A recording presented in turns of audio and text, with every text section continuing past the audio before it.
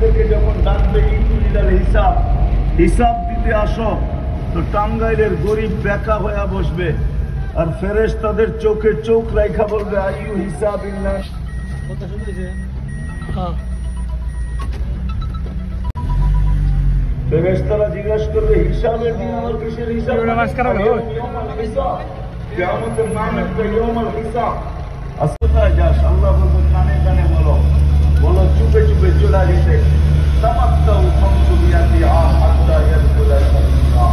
আর গোলাপিও 500 বছর যেন ধনীদেরকে দেখায় দেখায় বান্দার টাকা খাইতে থাকে। তো জান্নাতে যাবে, যায় খাওয়ার ভিতরে ভাঙ্গা পড়বে, চাপায়া পড়বে খাওয়ার উপরে, ঘুরেরা আইসা টানবে, তারপরেও করবো আগে খায়া দেয়। তো বললো যে দেখা করার সময় অনেক আছে, আগে পুরা করে 500 বছর পরে আসলে যা। সত্য এটাই হবে, সত্য এটাই। চলো তো আমরা থাকবো না, এটাই ছিল সত্য।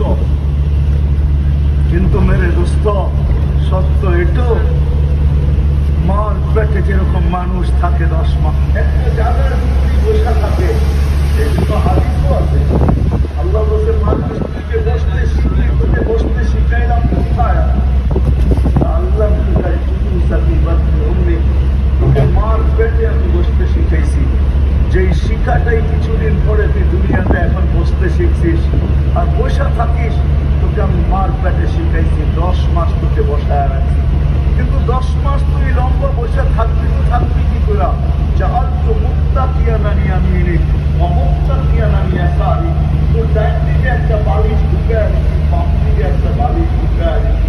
ওই বালিশটা পুরার ছিল না, ওটা পানির ছিল।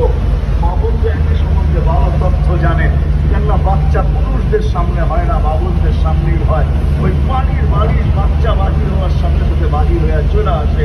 এই 2 বালিশ ভিতরে দিয়ে আমাদেরকে আল্লাহ বসায় রাখছেন মাস পেটে 10 মাস। 10 মাস আল্লাহ আমাদেরকে বসায় রাখছেন। 10 মাস আমরা ওইখানে বসা ছিলাম। 10 মাস আল্লাহ আমাদেরকে দুনিয়ায় আসার পরে বসা শিখাইছেন। আল্লাহ যে তোমাকে বসানো শিখাইছি, 10 মাস বসায় রাখছি, কিন্তু তুমি দুনিয়াতে এসে বসতে শিখছি। নাইলে বসতে শিখতে না, বসতে জানতে।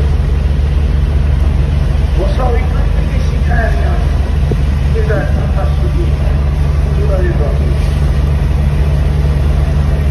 100 আগে ছিলাম না, আবার একটা দিন আসবে কেউ থাকবে। মার পেটে যেরকম থাকে 10 মাস, সময় কাটানোর জন্য থাকে না। আপনি যদি বলেন সময় কাটানোর জন্য, আমি এটা যুক্তি তত্ত্বতে মেনে নিব না। মার পেটে থাকে পূর্ণতা অর্জন করার জন্য। কেননা মার পেটে থেকে যদি পূর্ণতা নামিয়ে আসে, তাহলে এই জমিনে টাকার পাহাড় থাকতে পারে। এই পূর্ণতা মার পেটের থেকে নিয়ে আসে নাই, ওই পূর্ণতা এই দুনিয়াতে অর্জন করার বিকল্প কোনো রাস্তা নেই। না আছে সৃষ্টি শক্তি ছাড়া যদি আসে নেওয়া সম্ভব?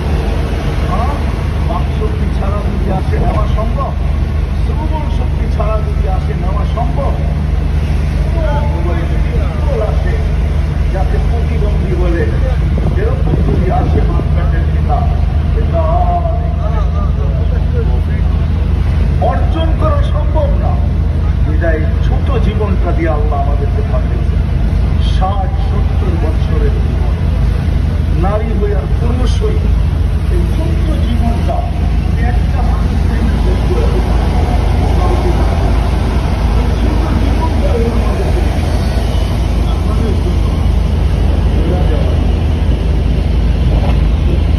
গোড়া যাওয়ার জন্য ছোট জীবনটা দিচ্ছেন। কেমন গড়বে নারী, কেমন গড়বে আর পুরুষ কেমন গড়বে?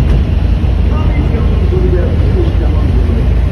যুবক কেমন গড়বে আর শিক্ষিত কেমন গড়বে? শিক্ষিত কেমন গড়বে আর অশিক্ষিত কেমন গড়বে? ধনী কেমন গড়বে আর গরিব কেমন গড়বে? সবাইকে আল্লাহ রাস্তা দেখাইছেন। উদ্দেশ্য এই জীবনটাকে গড়া যাওয়া, এমন গড়া যাওয়া যেমন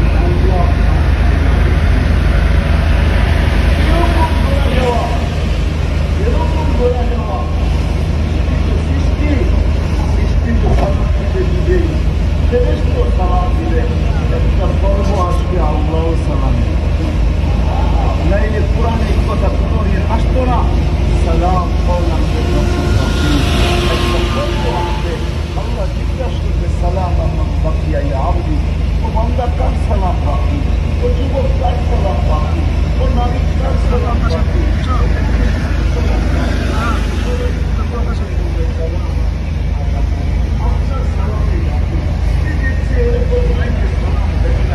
সবাই সালাম দিতে এই পর্যন্ত নিয়ে আসবেন, আপনার সালাম বাকি।